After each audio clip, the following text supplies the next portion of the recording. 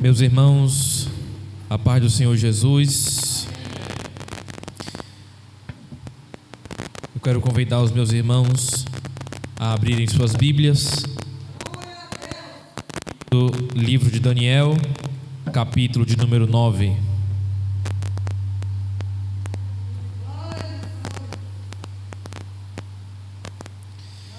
Livro de Daniel, capítulo 9.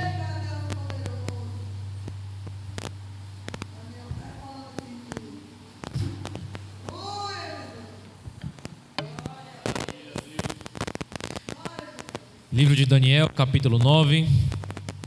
Eu desde já sou grato a Deus pela vida dessa congregação, pela vida do nosso irmão Ronaldo. Tem sido um instrumento de Deus nas nossas vidas. E Deus tem muitas mais coisas para fazer. Deus continua abençoando vossa família, seu ministério, essa igreja, a todos os irmãos que estão envolvidos de forma direta e indireta com essa obra no nome de Jesus. E que Ele continue nas suas mãos sobre esse lugar. Enquanto eu estava ali sentado, quando o irmão Ronaldo iniciou o clamor aqui no início do culto, me lembro que enquanto eu estava de olhos fechados, Deus me mostrava uma espécie de concessionária nesse estacionamento. E eu fiquei me perguntando por que uma concessionária dentro da igreja. E quando eu me perguntei isso para Deus, Ele me disse que é como se tivesse tanto carro no estacionamento que pareceria uma concessionária. Então, profetizamos e oramos, e mais do que isso, acreditamos que Deus ele vai abençoar esse lugar. E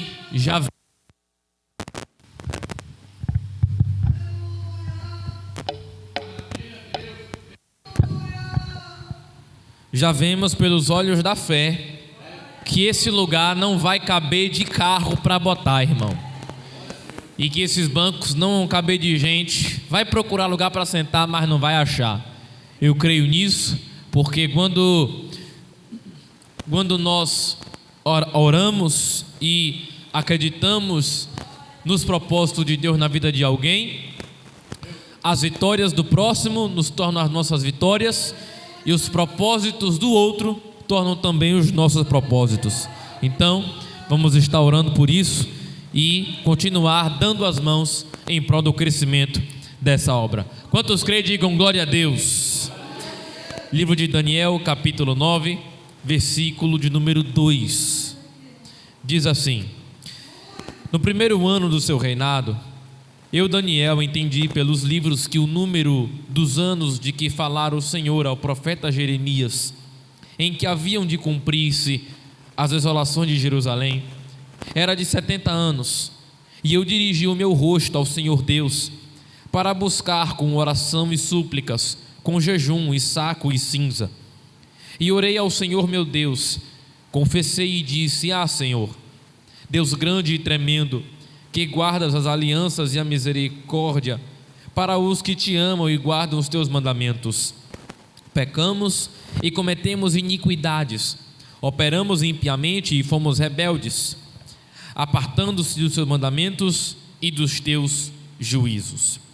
Agora você vai para o versículo de número 20, no mesmo capítulo, mas no versículo de número 20, diz assim também: estando eu ainda falando e orando, e confessando o meu pecado e o pecado do meu povo Israel, e lançando a minha súplica perante a face do Senhor, meu Deus, pelo monte santo do meu Deus, estando eu ainda falando na oração, o homem Gabriel, que eu tinha visto na minha visão ao princípio, veio voando rapidamente e tocou-me a hora do sacrifício da tarde.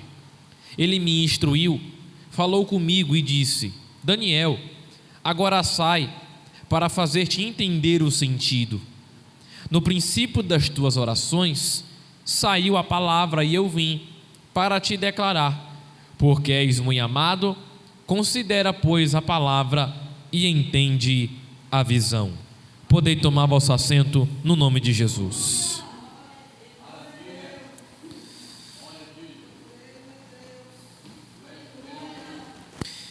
Meus irmãos, eu quero compartilhar com vocês essa noite debaixo dessa palavra maravilhosa, que tem sido também o tema da vossa campanha, eu gostaria de compartilhar com os irmãos, no tempo que temos, para falar sobre algumas lições que a vida desse homem, a vida de oração desse homem Daniel tem a nos oferecer.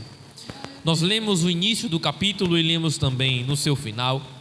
No início do capítulo 9, Daniel já está velho, Daniel já está idoso e cansado de ver tantos reis que desceram e subiram no Império Babilônico. Ele fica curioso para saber se algum dia o cativeiro babilônico, o exílio vai acabar.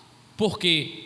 Se vocês lerem Daniel capítulo 1 e vocês estudarem a história do povo hebreu, vocês vão perceber, vocês vão saber que a história do povo hebreu foi marcada por muitos exílios, por muitos cativeiros. Simplesmente o povo, se eu não me engano, foram 2 ou 4 levas que o povo hebreu foi deportado para a Babilônia, e outros exílios que tivemos na história.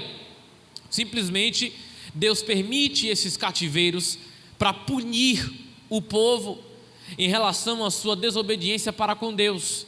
Simplesmente vem um império gigante, um império ímpio, pega esse povo, sequestra, tira os jovens de seus pais e leva para seus impérios, para o crescimento de seus reinos, o crescimento de seus impérios. Em Daniel capítulo 1, nessa primeira leva, Daniel é um desses jovens. Vocês conhecem a história de que Daniel, um jovem, dentre outros jovens, foram deportados para a Babilônia, e lá Daniel, renunciando, vivendo uma vida de santidade, sem negar ao nome de seu Deus, ele cresceu naquele lugar, e ao mesmo tempo tornou-se um homem sábio daquele lugar. Mas depois de tantos anos, Daniel ele começa a se perguntar: será que o cativeiro nunca vai ter fim? Será que o meu povo nunca verá a luz do dia, entre aspas? E aí o profeta Daniel começa a ler as escrituras dos profetas. Naquela época, muitos profetas eram contemporâneos uns dos outros. Por exemplo, você tem o profeta Amós e você tem Jonas, que são profetas contemporâneos. Daniel e Jeremias é o exemplo aqui. Nessa época, tanto Jeremias quanto Daniel ainda estavam em vigor, ainda estavam vivos, pregando, profetizando, estando com seu ministério na ativa. De repente o profeta Daniel começa a folhear alguns rolos de alguns profetas, e ele de repente começa a ler exatamente o profeta Jeremias, capítulo 29 e capítulo 25, que fala sobre o exílio babilônico. De repente Jeremias se pega lendo esse livro, e ele começa a se perguntar: será que esse cativeiro já acabou? Naquela época não tinha Gemini, não tinha ChatGPT, não tinha inteligência artificial para você ir no Google, perguntar e te responder. Naquela época era na base do joelho. Naquela época ainda era na base de perguntar para Deus e Ele te responder na hora. E eu acredito que seja um modelo para o dia de hoje. De repente Daniel começa a ficar muito curioso, e aí ele começa a descer, ele começa a orar para descobrir se aquele cativeiro já estava acabando. Hoje nós, com o nosso entendimento e ferramentas que temos para poder desvendar o texto, sabemos que já estava perto, faltava só 2 anos para o cativeiro acabar. Mas para Daniel ainda era um tempo muito primitivo, muito limitado. Ele precisava orar para descobrir. E aí quando Daniel descobre na oração que os tempos já estavam acabando, discernindo também o profeta Jeremias, ele começa a descobrir que o tempo já está acabando. Ele começa a descobrir que o exílio já está chegando ao fim.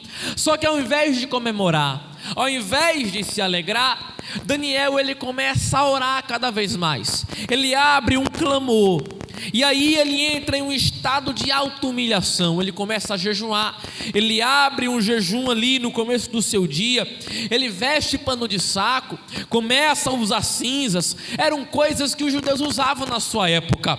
E aí de repente ele começa a orar. Mas para quê? se ele já sabia o tempo que já estava levando o cativeiro, se ele já sabia que já estava acabando, para que ele ia orar? Daniel começa a orar, porque mesmo que esteja acabando o exílio babilônico, Daniel conhece o seu povo, Daniel conhece o gado que tem, Daniel conhece o povo dele, ele sabe que o exílio babilônico, o fim do exílio, não é uma questão de calendário, não é uma questão de cronograma, é também dependência do coração do povo. E aí ele começa a orar para que Deus tenha piedade e que ele possa acelerar o fim do cativeiro. E aí quando você pega o versículo 4 ao 19, você percebe que Daniel, ele abre um clamor. Foi o que fizemos essa noite. Daniel, ele abre um clamor de intercessão, ele abre uma oração, e aí ele começa a confessar seus pecados, ele começa a fazer uma confissão, e além de confessar seus pecados, ele também passa a confessar os pecados do seu povo, os pecados de idolatria, todos os pecados que Israel cometeu ao longo dos anos, os pecados de seus pais, os pecados de seus antepassados. E aí Daniel, ele vai reconhecendo que o exílio foi na verdade um julgamento justo de Deus para punir Israel. De repente nós chegamos no versículo 20, que é o versículo em que nós lemos, em que está o textuário desse capítulo. Quando chegamos no versículo 20, enquanto Daniel está orando, quando ele está prestes a acabar a sua oração, de repente ele é interrompido. De repente, antes mesmo que Daniel encerre, o anjo Gabriel é enviado pelo próprio Deus para trazer a resposta da sua oração. O anjo revela no versículo 20 e 21 que da mesma hora em que Daniel tinha iniciado sua oração, no início do dia, naquela mesma hora Deus já tinha decretado no céu a resposta da oração. Só que Daniel vem saber disso depois, quando ele está quase acabando. E aí Deus envia o anjo Gabriel para trazer a resposta a Daniel da sua oração. E aí de repente o foco da oração de Daniel é o fim do exílio babilônico, mas de repente a resposta do anjo é uma resposta totalmente diferente. Enquanto o foco de Daniel é uma, o foco da resposta da mensagem de Gabriel é outra. Enquanto Daniel está curioso para saber qual é o fim do cativeiro babilônico, qual é o cronograma para acabar o cativeiro, o anjo Gabriel tem outro foco. E qual é? As 70 semanas, uma outra coisa, um outro mistério, que vai ser em prol da libertação espiritual eterna, definitiva do povo de Israel. O foco agora era as 70 semanas. E aí, nessas 3 mensagens que o anjo Gabriel traz, ele traz a primeira, o aparecimento e a morte do Messias. Em segundo lugar, a mensagem que o anjo Gabriel traz é o fim do pecado e a expiação da iniquidade. A terceira mensagem que o anjo Gabriel traz é a futura destruição de Jerusalém e do templo, uma profecia que já se cumpriu, que foi cumprida no ano 70 depois de Cristo. O templo que era tão idolatrado, o templo que era tão admirado, veio às ruínas no ano 70. Parte dessas profecias já foram cumpridas. Então, a mensagem que Gabriel traz é, na verdade, uma restauração eterna, definitiva. Enquanto Daniel está pensando em uma libertação provisória, temporária, que nem ele sequer sabe quando vai acabar, o anjo Gabriel está trazendo uma mensagem definitiva. Gabriel está trazendo uma mensagem que tem como foco, que tem como uma visão, trazer uma libertação definitiva. Para resumir, para você entender, enquanto Daniel está pensando em algo temporário, humano, político, Gabriel está trazendo algo que é definitivo. Eu vou repetir para você entender. Daniel está orando na intenção de algo temporário, humano, mas Gabriel está trazendo a mensagem de algo que é eterno, de algo que é definitivo, de algo que vai ficar marcado e ficou marcado na história da humanidade. Só que o mais interessante desse texto,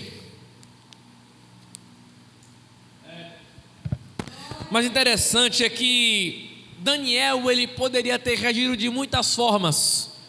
Quando soube que o cativeiro estava já acabando, ele poderia ficar muito alegre, poderia ficar muito ansioso, poderia ter promovido uma grande festa para o povo.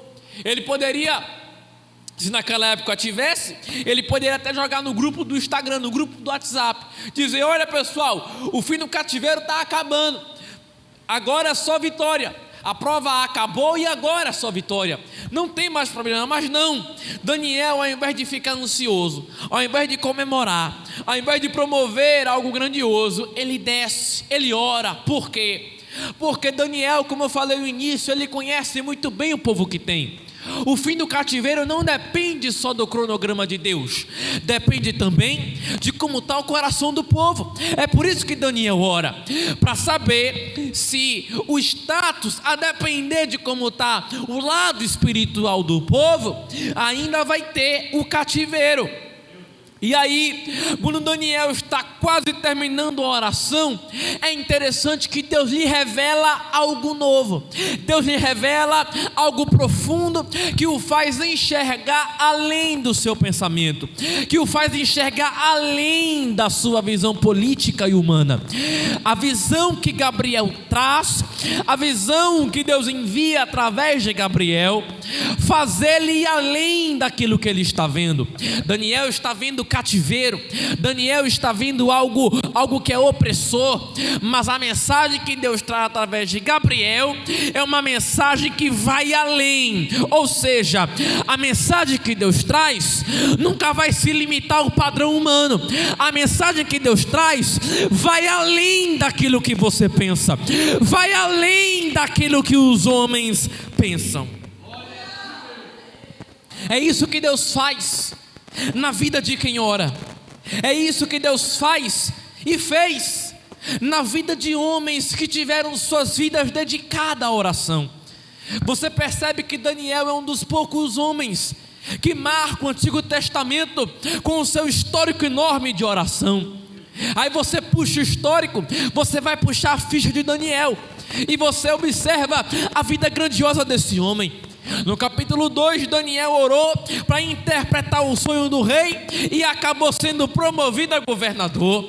No capítulo 10, Daniel ora para vencer uma batalha espiritual, porque a sua oração estava sendo impedida de subir. No capítulo 6, Daniel fica sabendo de um decreto do rei, que qualquer um que adorasse ao Deus de Israel seria lançado na cova dos leões. Mas Daniel é um cabra tão corajoso, é um cabra que ora tanto, que ele nem quer saber de decreto. Com ou sem decreto, ele continua orando. Por quê? Porque a oração faz um homem fraco forte, faz um homem tímido corajoso. Com ou sem decreto, ele continua sendo devoto ao Deus de Israel. É esse o histórico da vida de um homem que tem a trajetória marcada pela oração. Mas não são somente essas coisas, há também muitas outras coisas que podemos aprender com a oração de Daniel no capítulo 9. E a primeira coisa que eu consigo entender é que Deus, ele se revela quando há confissão de pecados. Deus se revela, se manifesta quando há confissão de pecados. Deus estava vendo o coração quebrantado de Daniel. Deus estava vendo o coração aquebrantado, oprimido. Daniel já estava velhinho, coitado, já estava coroa, já estava começando a ficar triste. Será que o cativeiro vai acabar? E ele vai amolecendo o coração de Deus. E aí você percebe que no versículo 20 e 21, Você percebe que enquanto Daniel confessa seus pecados e os pecados do povo, você percebe que no mesmo instante Deus interrompe a oração.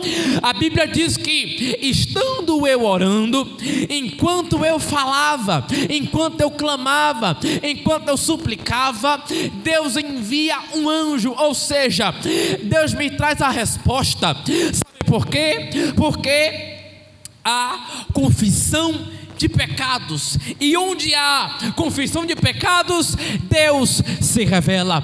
Onde há confissão, a graça se manifesta. Onde há confissão, o pecado não consegue habitar. Ele pode até marcar uma visita, mas habitar não habita, porque onde há confissão, a graça tem que se manifestar. Provérbios 28:13: quem encobre seus pecados nunca prosperará, mas quem confessa e deixa, você já sabe, ele alcança misericórdia. Salmo 32:5: confessarei ao Senhor as minhas transgressões e ele perdoa a culpa do meu pecado. 1 João capítulo 1:9: se confessarmos os nossos pecados, ele é fiel e justo. Para quê? Para me acusar? Para me condenar? Muito pelo contrário, Ele nos perdoa e nos purifica de toda injustiça. A confissão atrai a presença de Deus, a confissão atrai a graça, a humilhação atrai a presença de Deus. Quer atrair Deus? Quer fazer Ele se manifestar? Quer fazer Ele interromper a oração? Desce, se humilha, ora, rasga o coração. Ei, Isaías capítulo 1, ele diz assim, Isaías começa a dizer, Deus dando a ordem: rasgai o coração e não as nossas vestes. Quer fazer Deus descer? Rasga o coração, rasga a sua alma, rasga a sua alma diante dele.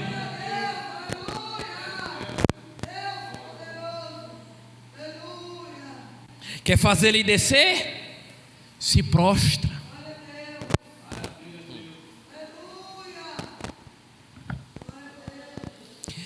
Deus não resiste a um coração quebrantado.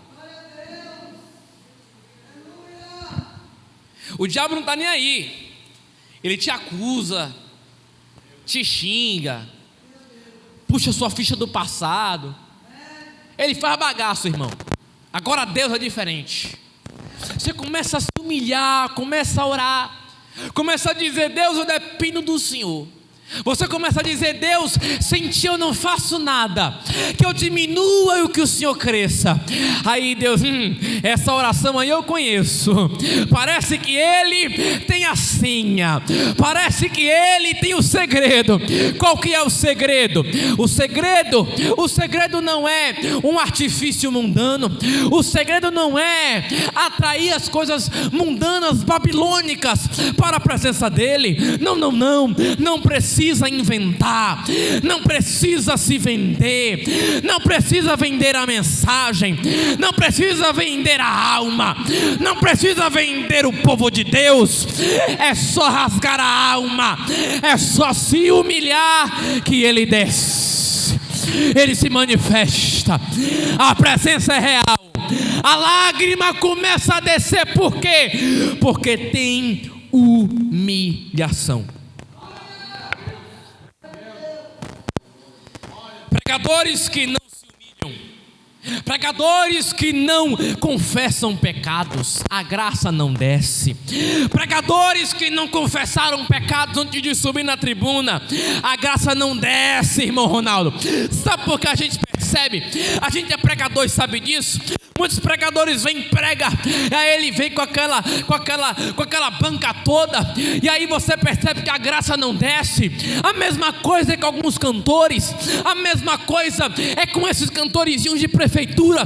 Você percebe que canta, tem talento, tem dom, tem chamada, mas você percebe que pega o microfone, não tem graça, não tem unção, não tem presença. Canta, prega, nada acontece, porque não confessou pecado. Não confessou. O jovem rico estava na abundância, mas quando ele decidiu admitir, quando ele decidiu confessar, parece até que eu estou por cima da carne seca, parece até que eu estou no comando, mas não. Quando ele decidiu se confessar, admitir para si mesmo sua derrota emocional, moral, aí o coração começa a se quebrantar. Aí ele diz: rapaz, na casa de papai é melhor. Aí ele começa a pensar: rapaz, na casa de papai é melhor. Lá eu tinha de tudo, lá eu tinha do bom do melhor. A alma começa a se quebrantar, a alma começa a ganhar fôlego, porque tem confissão.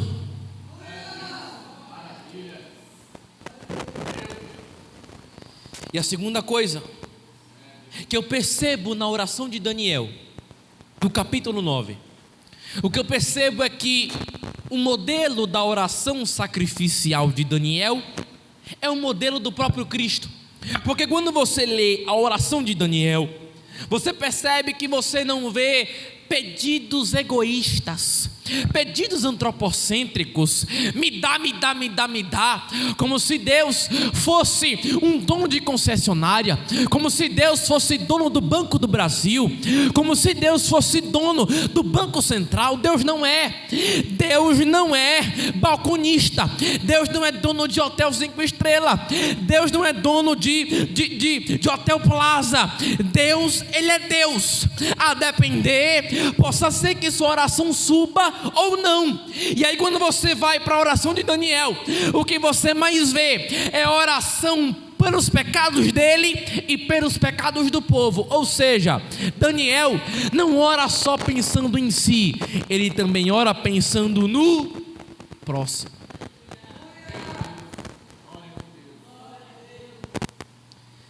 Ele não ora só pensando em si, ele ora também pensando nos outros. Ele diz assim: perdoa os meus pecados, mas perdoa também os pecados do meu povo. Aí você olha esse binóculo na pessoa de Cristo e você percebe a mesma coisa. Você percebe que em João 17:9 Jesus diz assim: eu rogo por eles, na oração sacerdotal, não rogo pelo mundo, mas por aqueles que me deste, pois são teus. Aí você vai, irmão, Lucas 23:34, Jesus na cruz, ele orando pelos inimigos, não só orando pelos amigos como em João 17, mas também orando pelos inimigos. Ele disse: Pai, perdoa-lhes, porque eles não sabem o que estão fazendo. Quando eu olho para a oração de Daniel e olho para a oração de Jesus, eu vejo a mesma coisa. Sabe o que é isso? Ambos guiados pelo mesmo Espírito, pessoas diferentes, orações iguais. Por quê? Porque eles são dirigidos pelo mesmo Espírito. E aí a gente aprende que não podemos orar só em nosso favor. Eu não posso orar pensando só em mim, eu tenho que pensar no próximo também. É como se na oração eu de forma espiritual, eu desse a mão para o meu irmão. É dessa forma. A gente passa meia hora de joelho e é só me dá. Às vezes o que você vê na igreja é: me dá alimento, me dá casa, que esse mês meu salário seja gordo, que esse mês o dinheiro no banco venha render, que esse mês tenha muita fartura. E aí não paramos para pensar: será que meu irmão tem o que comer em casa? Será que meu irmão está precisando de ajuda para pagar a conta dele? Será que meu irmão tem gás em casa para cozinhar? Será que meu irmão está precisando de um dinheiro de transporte para poder voltar para casa? Será que meu irmão está passando por alguma coisa? É como se eu chegasse na casa espiritual de alguém e batesse na porta dele e perguntasse: fulano, o que você tem aí? Deixa eu te ajudar. É como se fizéssemos isso. E mais do que fazemos espiritualmente, é fazermos também fisicamente. Porque obra social, ação social vai além dos púlpitos. Ação social vai além das tribunas. Ação social vai além dos congressos. Ação social também é algo literal, é algo prático, é algo didático, é algo pedagógico, é algo cirúrgico. Eu preciso me importar com quem está do meu lado. Eu preciso pegar na mão de quem está do meu lado. Sabe por quê? Porque lá no céu não vai ter apartamentozinho, cada um na sua casa com o seu muro. Não, não, não. Todos filhos de quem? De um só pai. Ou seja, eu sou seu irmão e você é meu irmão. Sabe o que é isso? Devemos favor a um só pai. Naquele grande dia, eu vou ser obrigado a ter que olhar para o seu rosto. A Bíblia diz, João vai dizer lá em 1 João 4, que como eu vou olhar para a face de Deus se eu não amo quem está do meu lado? Sabe o que o João disse? É muito interessante. João disse assim: como verei a face de Deus, a quem eu não vejo, se o meu irmão que eu vejo todo dia, não amo ele? É basicamente isso que ele disse. Sabe por quê? Porque nós nos encontramos aqui 3 vezes na semana, mas raramente eu sei pelo que você está passando. Porque se eu conto, sou fofoqueiro. Se eu pergunto, sou intrometido. Aí o negócio complica. Porque as pessoas criaram um cerco onde quem está dentro não quer ajuda e quem está fora também não quer ajudar. Então há uma necessidade de um rompimento. Quem está trancado lá de dentro tem que abrir o cadeado. E quem está do lado de fora tem que tocar a campainha. Por quê? Porque vamos morar no mesmo céu. Mesma cara que eu estou olhando do Ronaldo, vou ver lá em cima. Não tem esse negócio de divisão. Pior do que isso é vermos igrejas que se dividem uma das outras. Por quê? Não, porque costume lá é diferente. Mas só por isso? É só por isso. Não, porque aqui a parede é branca, lá é preta, a outra é roxa. Mas só por isso? É só por isso. Você percebe que as pessoas se aproximam mais daquilo que as afasta do que aquilo que as aproxima. Nós paramos de prestar atenção naquilo que nos une para aquelas coisas que mais nos afastam. Temos muitas igrejas, muitas placas de igreja, muitos movimentos dentro do cristianismo, mas você percebe que 99 delas seguem a mesma doutrina. Qual é? Jesus cura, salva, batiza, liberta e leva para o céu. São coisas que são mimimis, mas que causam facção. Quando pelo contrário o que você vê na Bíblia é as pessoas se unindo. O que você vê na Bíblia são as pessoas criando pontes ao invés de destruí-las. O que você vê são pessoas se ligando com a alma uma das outras para crescer. Você lê a carta de Paulo aos Coríntios e o que ele diz é: todos nós estamos construindo o mesmo edifício. Quando ele diz lá em 1 Coríntios 3, o que ele fala é: todo mundo constrói o edifício que é a igreja, todo mundo junto, mas todo mundo usa materiais diferentes. 1 Coríntios 3, ele fala assim: todo mundo constrói, mas tem gente que usa material, e tem pessoas que usam outro tipo de material. Ou seja, todo mundo com ferramenta diferente, mas construindo a mesma obra. Todo mundo com material diferente, mas construindo o mesmo edifício. O que importa, e eu vejo pessoas dizendo assim: rapaz, será que Jesus vem antes, depois ou durante a tribulação? Isso não importa. O que importa, irmão Ronaldo, é que Ele vem e a gente vai. O que importa é que Ele vem e a gente vai. Eu não quero saber de debate, eu não quero saber se Ele vem antes, se Ele vem durante. Eu não quero saber, irmão. O que eu quero saber é se você está preparado para subir. O que importa é que Ele vem e a gente vai subir de mão dada para se encontrar com Ele. É isso. Orar em favor dos outros. E para encerrar, a última coisa que você percebe na oração de Daniel é que Daniel está buscando misericórdia. Quando você lê o versículo 18, ele diz: não estou orando em fiação das obras de justiça, mas por causa da tua misericórdia. O que Daniel está falando é o seguinte: eu estou orando não é porque sou bonzinho, eu estou orando não é porque eu quero, é porque eu preciso. Alguém diz assim: não, eu gosto de orar, eu amo orar. É mentira. Você não ora porque gosta, porque a sua carne não quer. Você não ora porque quer, você ora porque precisa. Você sabe que se não orar vai cair. Você sabe que se não jejuar vai pecar. Você sabe que se não vir para a igreja cultuar, prestar seu culto, vai acabar se desviando. A gente faz porque precisamos.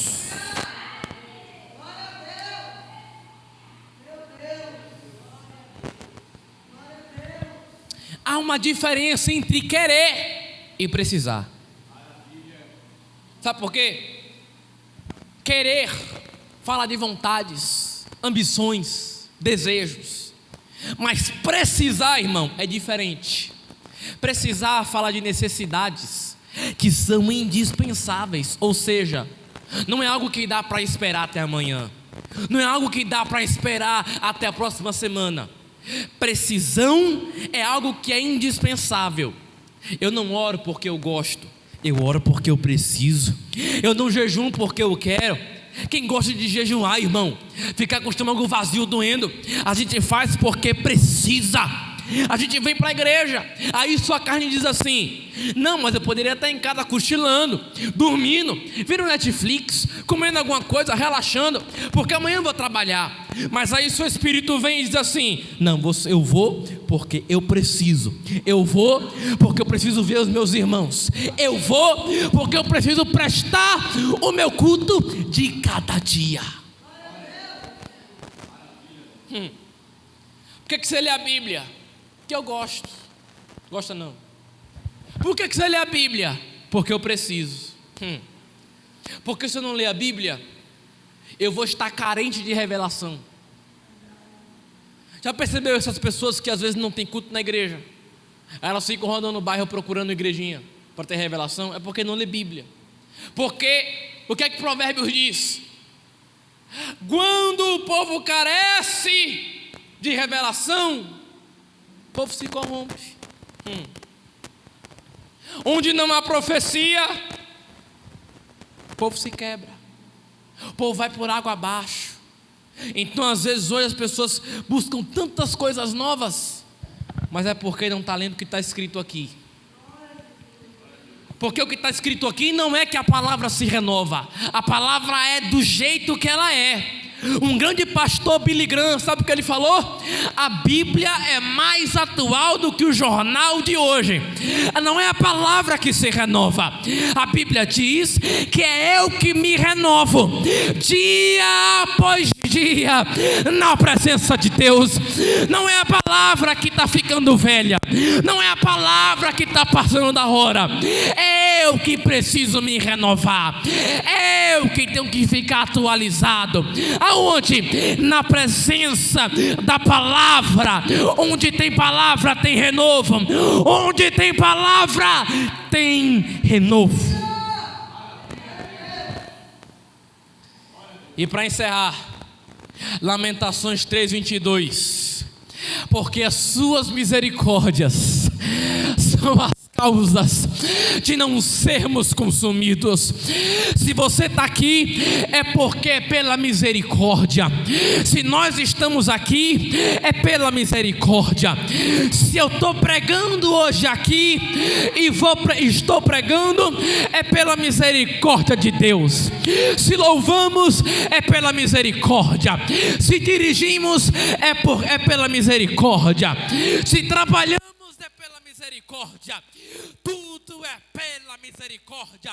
O salmista disse: eu dormi, eu deitei, eu acordei. Por quê? Porque Deus me sustentou. É a misericórdia de Deus.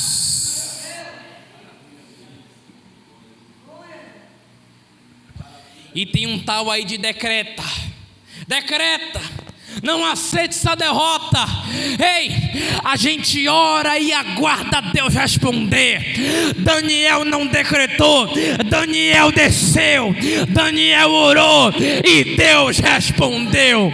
Daniel não fez como aqueles pregadores, Daniel não fez como aqueles pastores do neopentecostalismo, da prosperidade. Não aceita, decrete, bote Deus na parede. Isso é heresia. O que Daniel fez? Daniel leu as escrituras, ele leu Jeremias, mas ele disse: eu não vou comemorar, eu não vou fazer festa, não vou decretar, eu não vou levantar a mão, eu vou descer, eu vou orar e Deus vai responder. E Deus respondeu.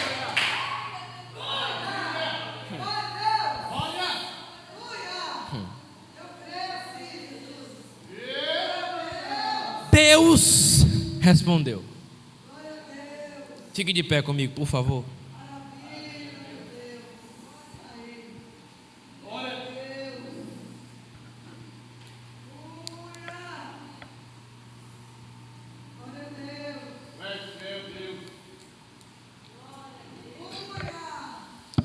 Se nós estamos aqui, é porque foi a mão de Deus. Se nós estamos reunidos hoje aqui, se Deus concedeu essa obra em posse das mãos do nosso irmão Ronaldo, é porque Deus permitiu.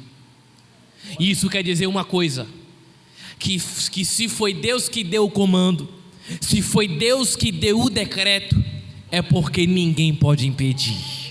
Se Deus decretou algo, pode ser o que for, pode ser bom e pode ser ruim, é porque é Deus que está no comando. E eu vou dizer uma coisa e vou dizer mais, não tenho medo de dizer: quem está no comando da cidade, quem está no comando da Bahia, não é o PCC, não é o Comando Vermelho, não é. Quem está no comando não são as facções, quem está no comando não é o BOP, quem está no comando não é o Senado, quem está no comando é Deus, quem está no comando é Deus.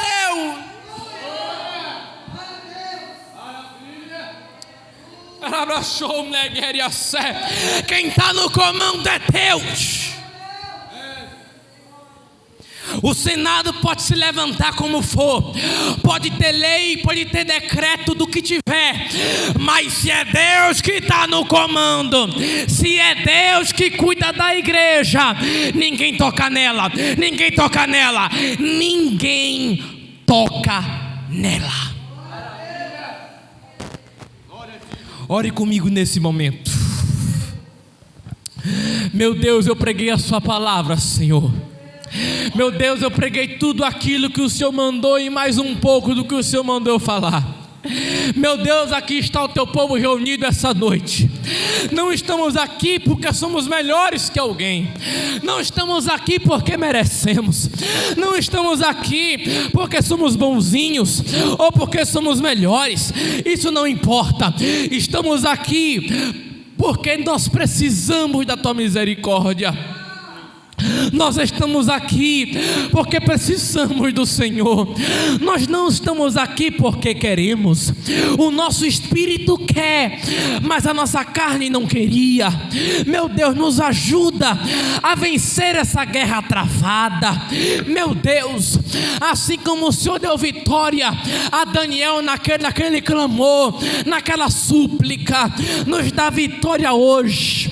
Nos dá vitória nesse momento. Nos dá vitória, Pai.